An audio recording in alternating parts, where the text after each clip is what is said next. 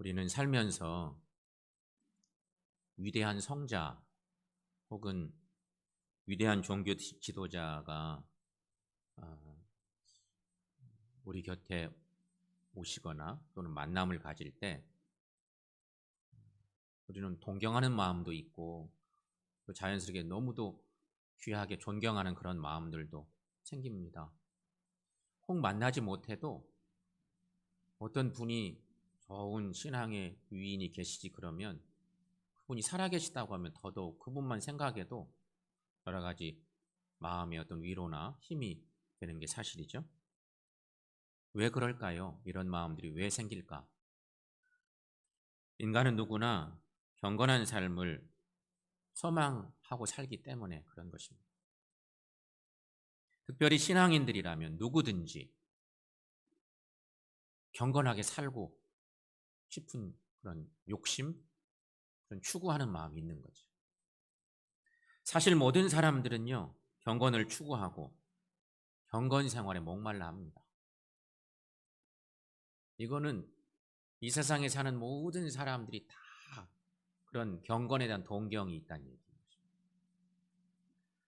그런데 새해 주일에 주신 하나님 말씀을 보면 표어에 속한 말씀들인데 이 말씀들은 공히 경건이라고 하는 주제를 강조하고 있습니다. 경건의 소중함을 말하고 있는 것입니다. 위대한 종교 지도자 중에 한 사람, 우리가 잘 아는 요한 웨슬리라고 하는 사람을 우리가 잘 알죠. 요한 웨슬리는 경건 생활을 위해서 스스로 행한 질문을 가지고 있었습니다. 평생 살면서 위대한 이 믿음의 사람은 나름대로 그런 질문들을 늘 가지고 산 것입니다. 그래서 오늘 산 우리에게도 신앙적인 교훈을 주는 거죠. 그런 이런 7가지 질문들을 항상 던졌다고 합니다. 항상 기도하는가? 매 순간 하나님 앞에서 즐거워하는가? 모든 경우에 감사하는가? 욕심내는 것은 없는가? 두려워하는 일은 없는가? 내 중심에 끊임없이 하나님의 사랑을 느끼는가? 그리고 7번째는 무슨 말이나 일을 하든지 그것이 하나님을 기쁘시게 한다고 자신 있게 대답할 수 있는가? 이런 질문들을 가지고 늘 자신을 돌아보고 묵상하고 하나님 앞에서 자신을 고쳐 세우고 그리 살면서 위대한 믿음의 길을 걸어갔다는 얘기입니다. 그렇다면 여러분, 지난 1년 동안 여러분 경건하게 사셨습니까? 하는 그런 질문들을 한번 던져봅니다. 지나온 한 해, 너무도 특별한 한 해를 지나왔는데 지난 한 해 동안 우리는 경건하게 살았는지 그런 물음들을 던져봅니다. 사도 바울은 경건을 어떻게 말하고 있을까? 실은 디모데서는 경건이라는 표현이 성경 중에서 가장 많이 나오는 책이기도 합니다. 디모데서에서 바울이 강조하는 성경에 경건이라는 말이 많이 나오는 건 아닌데 디모데서에 거의 집중되어 있다고 볼 수 있는 그런 말씀인데 사도 바울이 경건에 대한 얘기를 하면서 우리 인생에는 2가지 연습이 있다고 하는 얘기를 먼저 꺼냅니다. 경건 얘기를 하려고 하다 보니까 인생에는 2가지 연습이 있다. 그것이 첫 번째, 육체 연습과 경건 연습입니다. 오늘 본문 중에 7절, 8절 말씀에 보면 우리가 익숙한 이런 말씀이 있습니다. 여러분 함께 이 말씀 합독해서 한번 읽어봅니다. 다시 한번 읽습니다. 망령되고 허탄한 신화를 버리고 경건에 이르도록 내 자신을 연단하라. 육체의 연단은 약간의 유익이 있으나 경건은 범사에 유익하니 금생과 내생의 약속이 있느니라. 아멘. 너무 잘하는 말씀이죠. 그런데 여기 말씀에서 우리가 주목해 볼 것이 있다면 8절에 시작되는 육체의 연단은 약간의 유익이 있으나 육체의 연단, 연단이라는 표현이 우리 신앙적인 그런 표현으로 이렇게 다가오는데 더 쉬운 말로 말하면 육체 연습이에요. 육체 훈련. 육체 연습입니다. 그런가 하면 7절에 경건에 이르도록 내 자신을 연단하라. 여기도 연단이란 말이 나오고, 굳이 다른 말로 쉽게 말하면 이거는 경건의 연습, 경건 훈련인 것이죠. 바울은 육체의 연습보다 더 가치 있는 것이 경건의 연습이라고 강조하고 있습니다.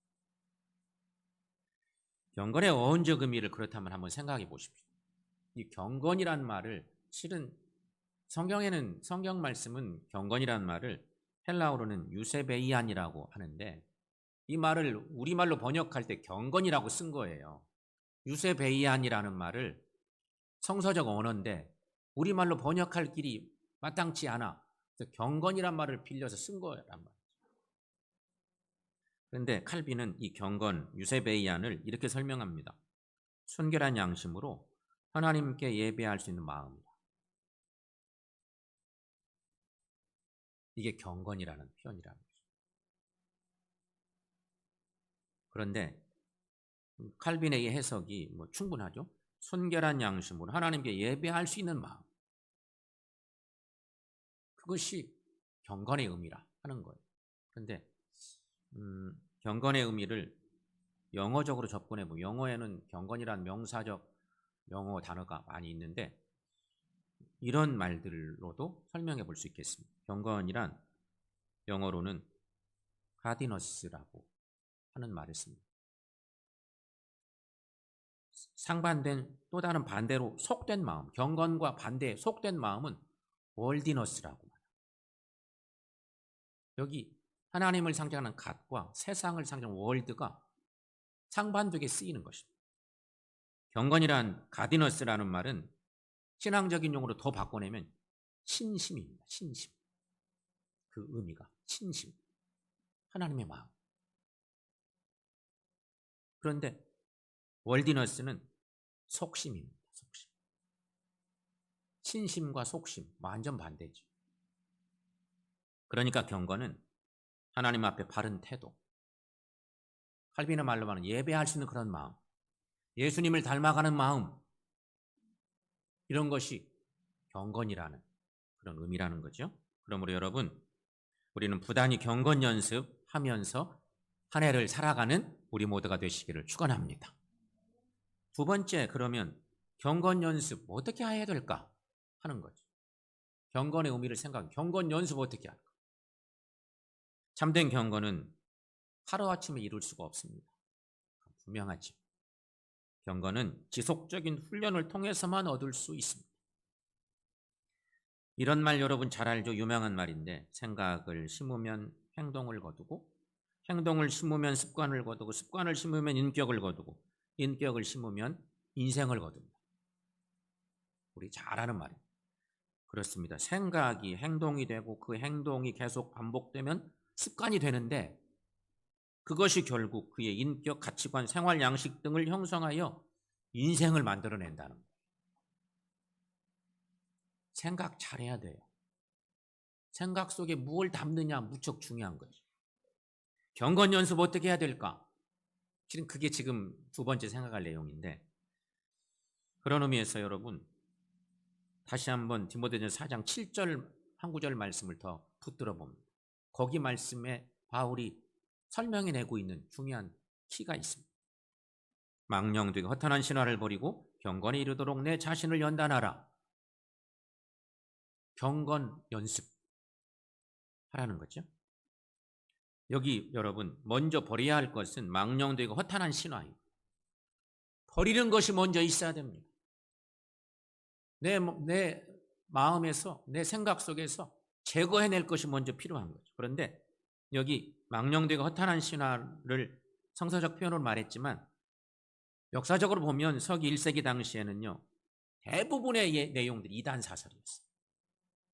예수님을 제대로 고백하고 살아야 되는데 이단은 예수를 제대로 고백 못하게 하는 거예요. 신앙생활 하는데 주님을 바라보는데 자꾸 삐뚤어지게 바라보게 만드는 거야. 망령되고 허탄한 신화란 여기 대부분은 이단 사설을 얘기한 거였어요. 그렇다면 여러분, 오늘날 이 말씀 우리가 읽어요. 2000년이 지난 지금 이 말씀을 읽어요. 지금도 이단 사설 있죠. 분명히 있습니다. 신앙생활 하는데 우리들이 이단적인 요소들에 자꾸 우리가 빠질 수도 있어요. 그거 있지만 상대적으로 2000년 전보다는 적고, 지금은 이단 사설도 있지만 그 외에 세상의 잡다한 정보나 지식 등을 가리킨다고 확대해서 볼 수 있어요. 이런 잡다한 것들을 여러분 마음속 생각에서 먼저 내보낼 수 있어야 한다. 이쯤에 생각해 볼 수 있는 것이 있다면, 여러분 취미 생활도요, 내가 하는 취미 생활에 너무 심취해 있어. 그러면 온갖 모든 관심이 그 취미 속에 있다 보면 주님을 마음에 모실 여유가 없을 수 있어요. 온갖 생각들이 다 거기에 침투되어 있는 거. 뭐 그것만 막 생각나. 잡다한 여러 가지 생각들 다 포함되는 거예요. 그러니 여러분, 이런 잡다한 마음속의 생각, 이런 걸 먼저 내 마음의 생각에서 버려낼 수 있어야 한다는 거죠. 먼저 망령되고 허탄한 신화를 버려야 된다. 그리고 말씀 묵상과 기도로 연습을 해야 한다는 것이죠. 디모데전서 아까는 방금 읽은 4장 7절인데 그 앞에 말씀에 4장 5절 말씀에 보면 하나님의 말씀과 기도로 거룩하여집니다. 이런 말씀이 거기 먼저 있습니다. 이렇게 여러분 하나님의 생각, 즉 하나님의 뜻을 마음속에 담고 또 담아야 된다는 것입니다. 그리고 하나님의 뜻을 발견하게 되면, 깨닫게 되면 실천하라는 거예요. 순종하며 실천하는 거예요. 그 연습 속에 필요합니다. 그러면 어느 순간부터 나도 모르는 사이에 경건에 이르는 은혜를 받게 된다는 것입니다. 막스 비어의 행복한 위선자라는 소설이 있습니다. 여기에는, 이 책에는 비양심적인 악인인 LJ 헬이라는 사람이 등장하는데, 헬이 등장합니다. 헬. 그는 마음뿐 아니라 행동에도 야비한 사람이었습니다. 그래서 그의 얼굴만 보아도 사람들은 두려워했어요. 너무 인상도 험상궂고 야비하고 아주 악인 중에 흉악한 악인이었어요.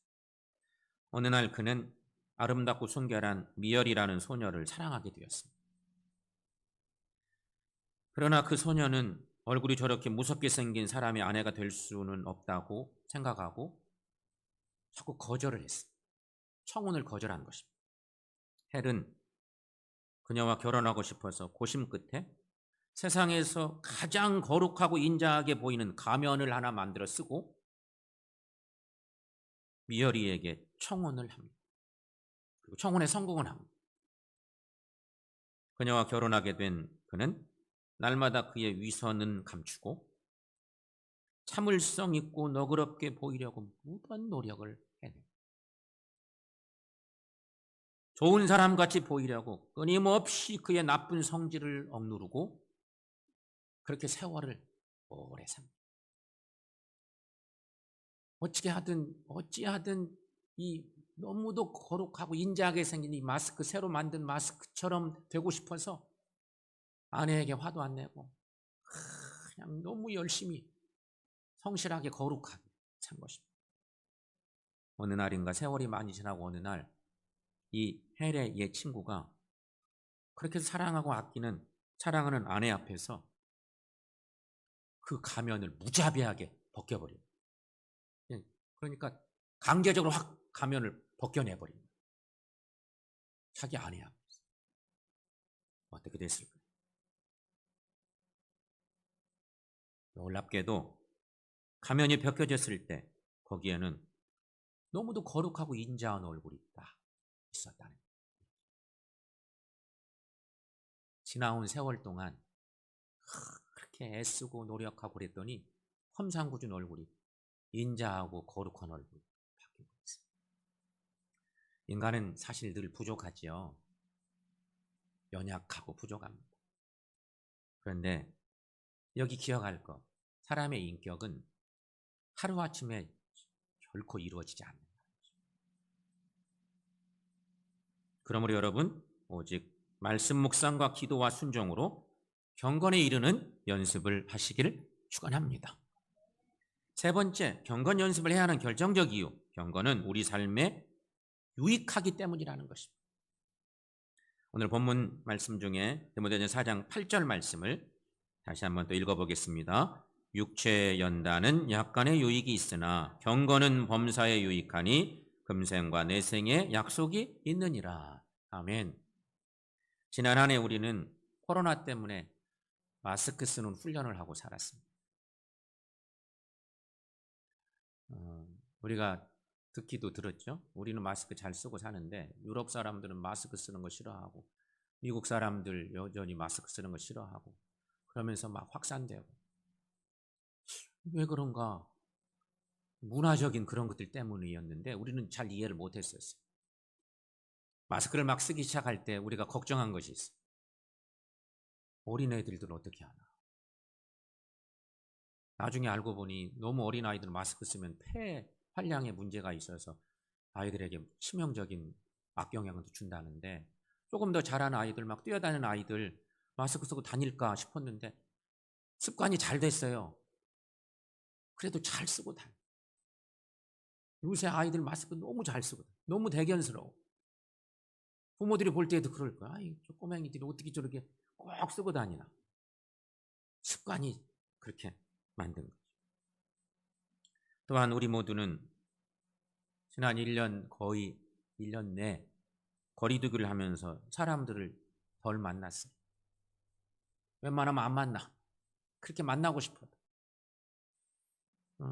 그러다 보니 예배도 제대로 드리지 못한 거 사실이에요. 예배 드리는 일도 잘 못했어요. 그리고 지금은 코로나 백신을 기다리며 또 참고 기다리고 있어요. 백신을 빨리 못 가져왔다고 그냥 또 국민들이 막 여기저기서 난리 내고 정부를 비난하고 그래서 어쨌든 기다리고 또 기다리고 있습니다. 그런데 여러분 생각해 보세요. 이런 모든 훈련들, 마스크 쓰는 훈련부터 시작해서 기다리고 인내하고 이런 모든 것들이 다 우리 몸의 건강과 우리 모두의 안녕을 위해서 내 몸의 건강, 내 육체의 건강 때문에 하고 있는 그런 일들이죠. 그런데 여러분, 성경은 말합니다.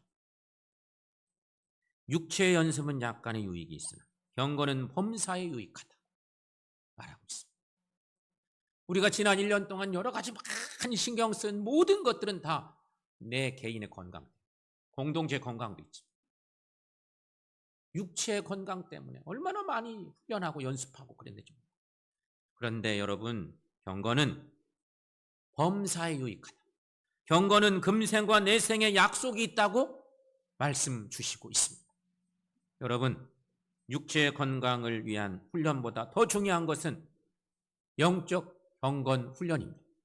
그러므로 경건 훈련에 매진하십시다. 그래서 금생과 내생에 주시는 축복을 누리며 사시기를 축원합니다.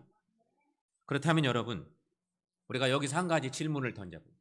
이제 본문의 말씀들을 디모데서 속에서 우리가 경건을 조명해 봤는데 우리가 하나님을 닮는 경건의 삶을 살고자 하는 이유가 뭘까? 솔직히 우리 왜 그렇게 경건해지려고 할까? 경건을 동경하고 있을까?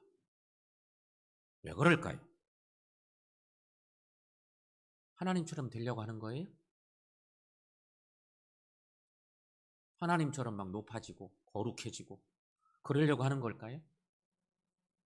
사실 그건 아니죠. 하나님과 깊은 교제를 원하기 때문에. 하나님과 깊은 교제. 우리가 경건 훈련하는 이유는 거기에 있어요.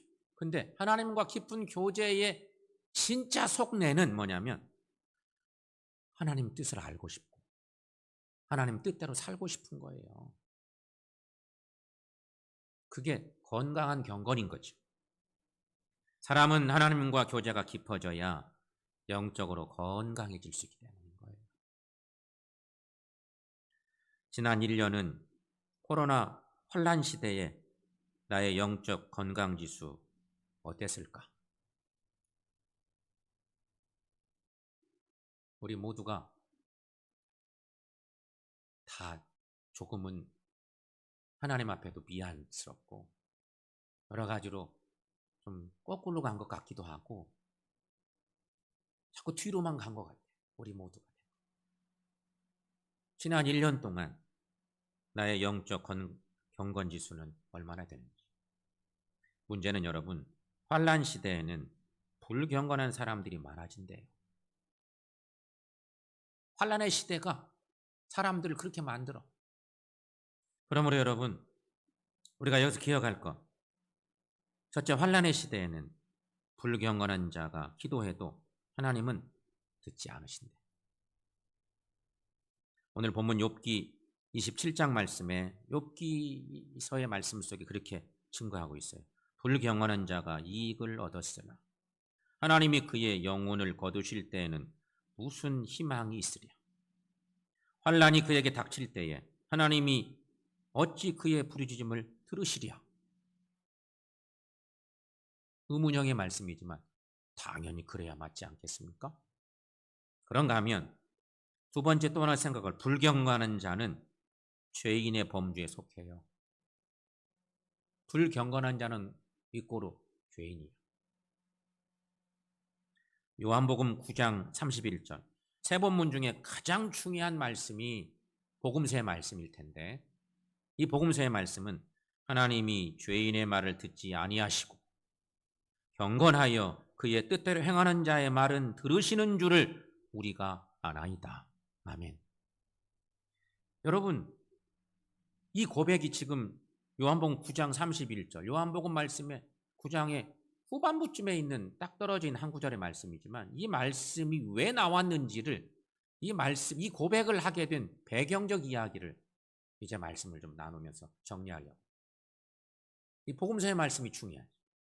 요한복음 9장은 나면서부터 맹인된 어떤 사람의 불쌍한 이야기, 매우 안타까운 한 인생의 이야기를 거기 복음서는 소개합니다. 그런데 알고 보니 이 사람은 엄마 뱃속에서 태어났더니 앞을 볼 수가 없어. 얼마나 딱한 사람이에요. 아이가 태어났는데 앞을 못 봐. 엄마 아빠가 얼마나 마음이 아팠을까. 그런데 더 아픈 것은 예수님 당시에는 이런 사람들은 무조건 흉악한 죄인의 그룹에 속했어요. 태어나자마자 아, 이놈 죄인 덩어리구나 이렇게 정죄해버리는 거지. 예수님 당시에 종교적 풍토가 그랬던 거예요. 요한복음 9장 2절 말씀 보면 제자들이 예수님께 묻습니다. 이 불쌍한 사람을 주님이 제자들과 함께 복음 전도하면서 행렬이 지나가다가 이 사람을 만난 거예요. 제자들이 물어요. 이 사람이 맹인으로 난 것이 누구의 죄로 인함입니까? 자신의 죄입니까? 부모의 죄입니까? 이렇게 묻죠. 이게 당시 사회적인 모든 통념이에요. 종교적인 눈으로 보면 그렇게 그냥 정죄하고 그런 거죠. 하지만 예수님의 대답은 제자들의 물음하고는 전혀 다른 대답이 주님을 통해서 나오죠. 주님이 말씀합니다. 본문 3절 말씀인데 여러분 그 말씀 자막 통해서 한번 읽습니다. 이 사람이나 그 부모의 죄로 인한 것이 아니라 그에게서 하나님이 하시는 일을 나타내고자 하심이라. 아멘. 제자들은 엉뚱한 대답을 들은 것이죠. 주님이 이 불쌍한 이 사람을 보는 순간 주님의 긍휼의 마음이 이미 임했고 하나님의 놀라운 역사를 예견하고 계십니다. 그리고는 주님은 힘을 뱉어서 진흙을 이겨서 그의 눈에 발라주시면서 실로암 못에 가서 씻고 오라고 말씀을 하시는 거예요. 여러분 이 대목을 우리가 생각해 볼 수 있어요. 만약에 내가 이런 맹인이었다. 누군지도 모르는데 주님을 만났어요. 이런저런 얘기를 듣다가 주님이 진흙을 이겨서 내 눈에다 발라주고 어서 가서 실로암 못 씻고 와라. 우리 같으면 할까요? 할만할까? 그런데 놀랍게도 예수님의 말씀을 듣고 맹인은 순종했고요. 그래서 보게 되었습니다. 놀라운 일입니다. 이 사건이 있었던 말씀 11절 말씀에 가보면 가서 씻었더니 보게 되었더라. 아멘. 순종했더니 날 때부터 맹인되었던 흉악한 죄인 취급받았던 이 사람이 눈을 뜨게 되는 놀라운 역사를 경험했던 거예요. 여러분 얼마나 축복되고 놀라운 일이에요. 동네가 다 축제를 벌여야 되지. 얼마나 감사해요. 모두 좋아하고 행복해야 되는 거지. 격려해주고 축복해주고 그냥 잘 됐다. 너무 잘 됐다. 예수님 만나더니 너무 잘 됐다. 막 이래야 되는데 근데 문제가 발생했어요. 바리새인들이 예수님께서 안식일 날에 날 때부터 맹인이었던 이 사람을 고쳐주셨다는 소식을 듣게 된 거예요. 바리새인들이 예수님의 치유 행위를 들은 거죠. 아, 이놈 봐라. 안식일법을 어기다니? 바리새인들의 생각은 거기에 머물렀어요. 고쳐준 사람 축복해줄 이유도 별로 없고 예수님을 문제 삼는 거죠. 바리새인들은 이 일을 계기로 예수님의 복음 행보를 문제 삼고 결국 부정적 이미지를 공론화시킬 생각들을 모아냅니다. 일종의 작전이죠. 그래서 바리새인들은 먼저 눈을 뜬 맹인을 불러서 추궁해대기 시작합니다. 너 어떻게 눈을 떴냐? 알면서도 막 물어대는 거죠. 이래저래 막 복잡한 일이 생깁니다. 그러다가 17절 말씀쯤 와보면 너는 그를 어떤 사람이라 하느냐? 너 눈 떴는데 예수를 어떤 사람을 생각해? 막 물은 것입니다. 그때 그가 대답합니다. 선지자입니다. 이렇게 대답한 거예요. 저는 잘 모르고 그분은 선지자 중에 하나인 것 같습니다. 이렇게 얘기한 겁니다. 그랬더니 이 문제를 계속 문제시해야 되는 바리새파 사람들이 그 다음에 부모를 불러옵니다. 그의 부모들을 불러다가 신문을 하는데 너희들 말을 안 들으면 유대교에서 출교시켜버린다고 종교재판하는 거죠. 똑바로 얘기하라고 막 얘기하는 거예요. 그 부모들이 말합니다. 아들이 다 장성했으니 그에게 물어보시오. 우리는 잘 모릅니다. 이러고 나섰습니다. 그랬더니 또다시 이 바리새파 사람들이 재차 이 날 때부터 맹인되었던 이 사람, 이제 눈뜬 이 사람을 또다시 호출합니다. 다시 불려갔어요. 그리고 여러 가지 또 막 추궁을 당합니다. 그때 그가 이렇게 증거를 합니다. 말씀 본문이 뒤에까지 오는 거잖아요. 1절부터 시작된 말씀에 이 사건이 31절, 33절까지. 여러분, 이 말씀 함께 읽어봅니다. 하나님이 죄인의 말을 듣지 아니하시고 경건하여 그의 뜻대로 행하는 자의 말은 들으시는 줄을 우리가 아나이다. 창세 이후로 맹인으로 난 자의 눈을 뜨게 하였다 함을 듣지 못하였으니 이 사람이 하나님께로부터 오지 아니하였으면 아무 일도 할 수 없으리이다. 아멘. 맹인은 예수님을 구세주로 고백하는 것입니다. 하나님의 아들 고백합니다. 누군지도 잘 몰랐는데 눈 뜨고 나니까 새 사람 되었고요. 결국은 이런 고백, 처음에는 선지자 중에 하나다. 그랬던 그가 이런 고백을 한 거예요. 여러분, 우리에게도 주님 만나고 주님에 대한 고백이 확실한 믿음의 삶 사시기를 축원합니다. 성도 여러분, 유대적 전통으로 보면 바리새인들은 의인이고요. 나면서부터 맹인인 이 사람은 죄인 중에 흉악한 죄인. 유대적 종교의 어떤 그런 틀로 보면 정확합니다. 바리새인들은 너무도 위대한 의인들이에요. 신앙적으로 부족할 것이 없어. 다 의인이죠. 반대로 이 날 때부터 맹인이었던 이 불쌍한 사람은 죄인 중에 죄인이었어요. 하지만 예수님이 오신 후 예수님을 만나면서 주님 때문에 이 종교적 프레임이 완전 역전이 일어난 거예요. 복음의 진리이신 예수님 때문에 바리새인들이 죄인이 되고 눈을 뜬 이 사람은 주님 은혜로 의인이 되는 것입니다. 그래서 그는 그런 놀라운 고백을 자기도 모르게 하지 않았겠어요? 하나님이 죄인의 말을 듣지 아니하시고 경건하여 그의 뜻대로 행하는 자의 말은 들으시는 줄을 우리가 알아이다. 이 흉악한, 너무도 부족한 사람들에게 손가락질 받고 죄인 취급받았던 이 불쌍한 사람이 이런 위대한 고백을 해내는 거예요. 성도 여러분, 올 한 해 우리는 하나님을 닮아가는 삶을 사십시다. 그게 경건이에요. 속된 마음들은, 속심들, 그런 마음들은 최대한 멀리하고 신심, 우리 하나님을 닮는 그 마음, 그 경건한 마음을 우리 심령 속에 채우십시다. 경건에 힘쓰는 삶을 사십시다. 말씀 묵상과 기도에 힘쓰십시다. 그리고 하나님의 은혜를 깨닫게 되면 즉시 순종하며 사십시다. 사랑하는 성도 여러분, 우리 모두 경건 회복하시기를 축원합니다. 그래서 하나님의 뜻대로 행하고 무엇보다도 구하는 대로 기도 응답 받으며 살아가는, 그래서 주님과 더 깊은 영적 교제를 나누고 열매 있는 삶을 사는 저 여러분들 모두가 되시기를 축원합니다.